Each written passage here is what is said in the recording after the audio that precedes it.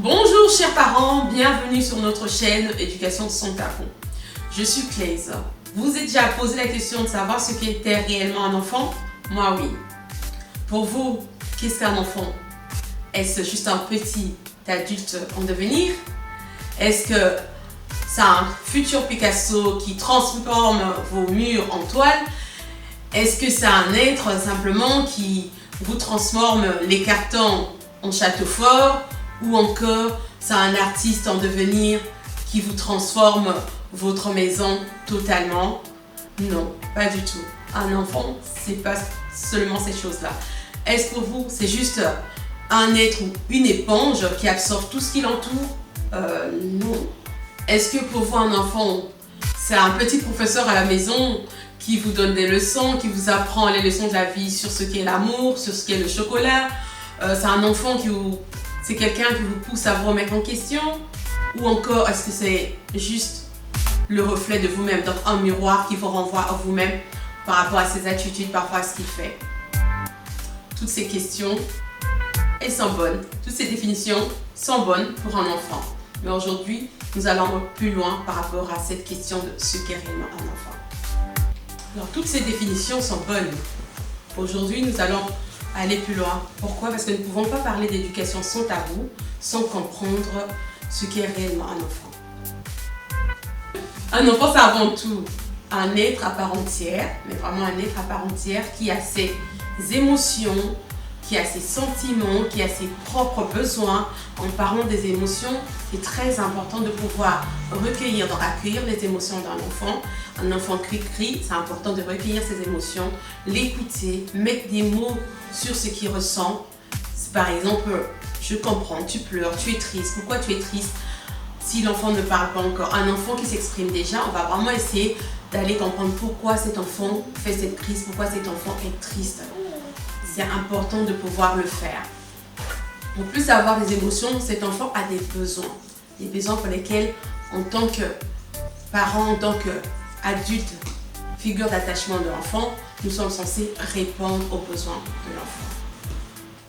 En plus d'avoir ses émotions, ses besoins, un enfant a également sa vision du monde. Un enfant ne voit pas le monde comme nous, adultes, voyons le monde.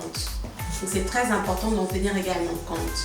Un enfant, c'est un être qui dépend de la naissance quasi à la puberté, qui dépend d'un adulte phare, donc qui dépend d'une figure d'attachement. Une figure d'attachement, ça peut être une tante, un oncle, ça peut être un frère, une soeur, vraiment, en plus d'être papa ou maman, si c'est pas papa et maman, c'est vraiment des adultes qui s'occupent de l'enfant. Ces adultes qui s'occupent de l'enfant au quotidien, ce sont des adultes, ce sont des figures d'attachement pour l'enfant. Un enfant, c'est également un être en développement constant. Un être qui se développe constamment de la naissance à la puberté, au niveau intellectuel, au niveau émotionnel, au niveau physique également. Un enfant, c'est également un don, une bénédiction de Dieu. C'est un être que Dieu nous confie, c'est vraiment un don, une bénédiction de Dieu.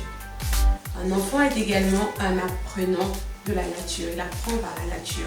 Donc il apprend par l'exemple, il apprend par l'expérience, il apprend par le jeu, il apprend par les interactions avec les autres. Les autres, ce sont les amis de classe, c'est les personnes de son environnement. C'est également ses figures d'attachement. Tout ces figures d'attachement doivent pouvoir passer du temps avec l'enfant parce que l'enfant apprend aussi à travers ces temps qu'il passe avec ces personnes, ces adultes qui s'occupent de lui. Comme dit précédemment, un enfant c'est un être qui est encore en développement. Ça veut dire que même son cerveau est encore en pleine croissance. Et en tant que figure d'attachement, nous avons la responsabilité de contribuer au développement de son cerveau, à la croissance cérébrale.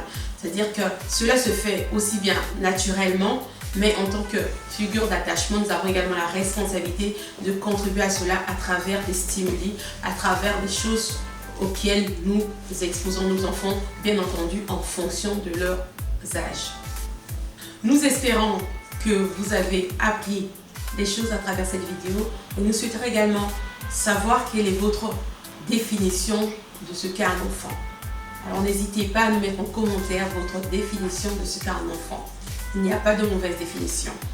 Une fois que vous aurez regardé cette vidéo, n'hésitez pas à liker, à partager. Et si vous n'êtes pas encore abonné, abonnez-vous et activez la cloche afin de recevoir toutes les notifications des nouvelles vidéos. Au revoir.